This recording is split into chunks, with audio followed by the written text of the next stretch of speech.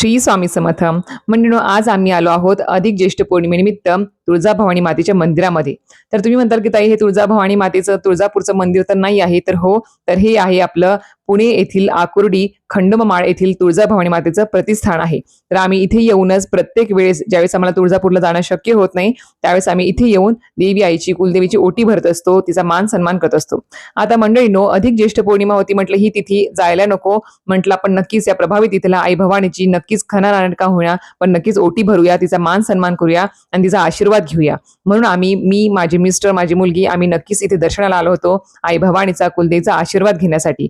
आणि मी तर म्हणेल की प्रत्येकाने नक्कीच पौर्णिमेच्या निमित्त आई भवानीचं किंवा अधिक मासामध्ये केव्हाही शक्य होईल त्यावेळेस आई भवानीची कुलदेवीची ओटी ही भरावीच.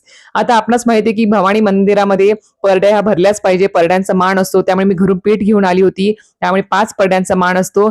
आई तुळजाभवानी मातेचं मनापासून छान असं दर्शन झाल्यानंतर आम्ही आलो आहोत खंडोबाच्या मंदिरामध्ये. आता हे सुद्धा आपलं खंडोबामाळ येथील आकुर्डी येथील ग्रामदैवत श्री खंडोबाचं मंदिर आहे. खूप प्रशस्त आहे, खूप भव्य दिव्य असं आहे.